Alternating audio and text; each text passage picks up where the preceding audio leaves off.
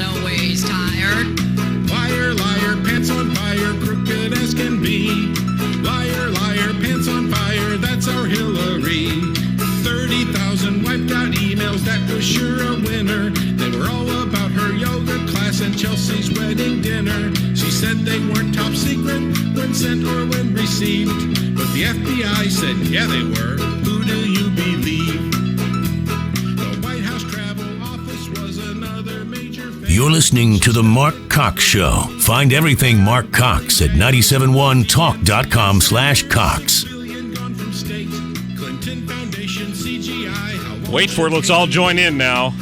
It's time for the United States to start thinking of Iraq as a business opportunity. Liar, liar, pants on fire, crooked as can be. Liar, liar, pants on fire, that's our Hillary. Isn't that awesome? She lined her pantsuit pockets with foreign... The internet is a wonderful place to find fun songs, isn't it? I'm telling you what. All right. Welcome back into the Mark Cox Show. We have our guest in studio now, Liz. Do we have our music ready? There we go.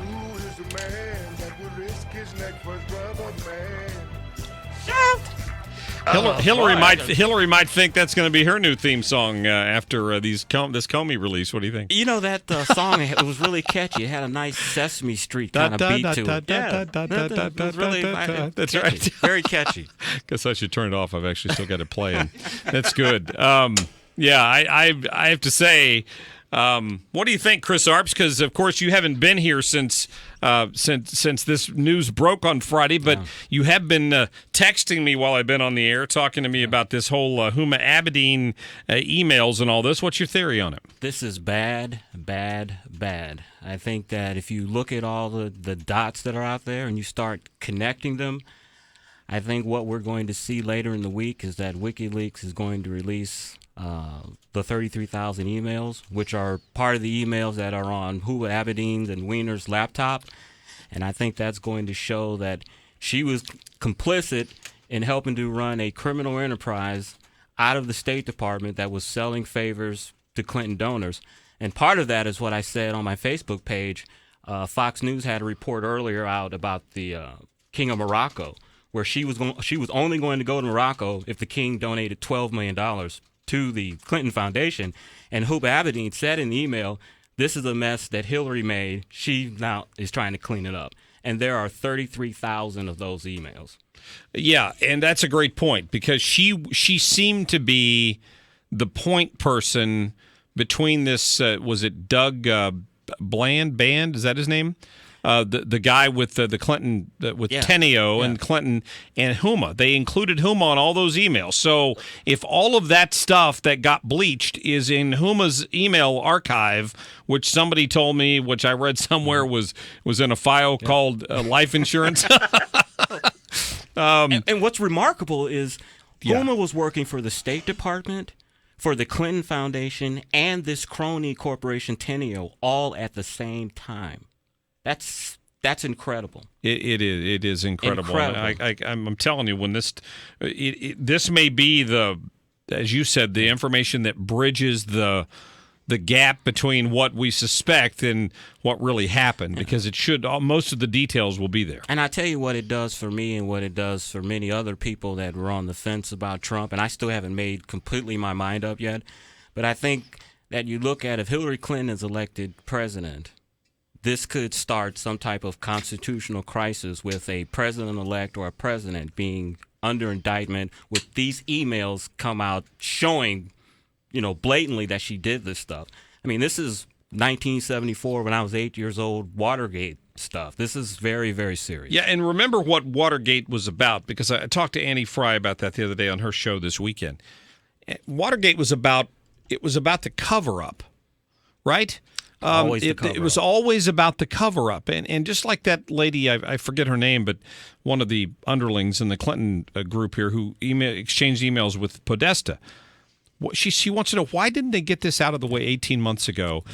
And she draws her own conclusion, because they thought they could get away with it. But now the cover is starting to come off of it, and it's the cover-up that got Nixon, and it's going to be the cover-up that gets Clinton. But I think also, too, It's the cover-up and the actual deed. I mean, these people were selling influence out of the State Department and using the Clinton Foundation to funnel cash to themselves. I mean, that always sounded like some wild theory that's going on, but these emails and just connecting the dots and the circumstantial evidence is just beginning to show that right now. Yeah, I think you're onto something. While I've got Chris in here, I want to, Liz, as soon as I can find my audio sheet here, I want to go to that sound from I don't know what I've done with it.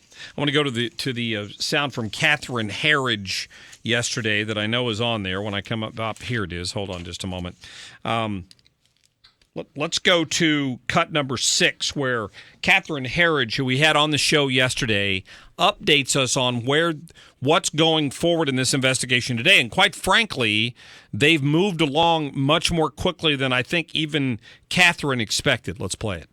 Well, John, FBI forensic computer experts have developed a software program with key search terms, what analysts call taglines, and the process of sifting through thousands of records on Anthony Weiner's computer has begun.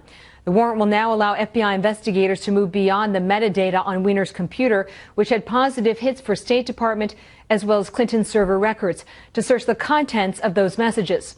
A law enforcement source familiar with the process said once the records are identified, a second phase will kick in known as Eyes On. That's an FBI phrase for physically reading and reviewing the records. Just like the original classification review in the Clinton email case, the intelligence agencies that generated the information have final say on classification. An attorney for Huma Abedin, Weiner's estranged wife, says she's surprised to learn that her emails were on the computer. A statement from that lawyer reads in part, quote, "From the beginning, Ms. Abedin has fully complied and voluntarily with State Department and law enforcement requests, including sitting for hours-long interviews and providing her work-related and potentially work-related documents." The Justice Department sent this letter to Capitol Hill late yesterday, pledging to make every resource available to expedite the process. Meantime, it does seem with the sheer number of records that it's unlikely to be completed before Election Day. The White House is at least publicly taking a neutral position. So it's possible, not likely, possible that Huma Abedin didn't realize that stuff had been backed up on the computer, and Anthony Weiner's the one that created a file that said life insurance on it because he figured that might come in handy for him at some point down the road. You know, the Clinton campaign is playing a very dangerous game because they're talking about, release the emails. Let's be transparent. Let's show. But they have no idea what's in those emails, or they have a good idea. And what's that lawyer saying? Never ask a question that you don't know the answer of. They're maybe stepping into that trap. They're playing a game of chicken because they know that they know with some confidence that there's no way this stuff can be released before Election Day, right? WikiLeaks is going to do that for them. Maybe. But they know with confidence that there's no way Comey would dump all 650,000 emails or even the ones they've whittled down before Election Day. Right. So she can seem confident in saying you should release it now. Right. But she didn't have to worry. She didn't really have to worry about that happening. But you're right. It's a dangerous game if it did happen. Interesting, the FBI came out and said that they didn't find any connection between Donald Trump and the Russians. That didn't get a whole lot of play in the media. Yeah, I saw that, and I was watching, I know you beat me over this, but I was watching MSNBC, and they are really trying to play up this Russian thing. They're saying Manafort maybe, he's not under investigation, but there's an inquiry now about him. There was a Salon.com article that said there was this secret bank account that Trump's had that was hooked up to a Russian bank, his server. So they are really going to try to push that angle, which is ironic to me because these were the ones that wanted to play nice with the commies and wanted to be friends with them and let's get rid of all our nuclear arms. And now the Russians are the worst thing next to Jason. Right, that's true. So coming up, Chris is going to hang around. We've got some brand new polling for the state of Missouri, for the state presidential race and the Senate race that's just come out from Monmouth. We'll get to that in just a couple of minutes. And I know you weren't here the other day when I had Wayne Allen Root on, but he had these words of wisdom for us. Rich men like to have sex with pretty women. You heard it here first, apparently, that he's just saying. Throw that out there. I need a whole compared break. to what Hillary's done. I need a whole break to try to come up with an answer for that. 314-969-9797. Back with more with Chris Arps after this.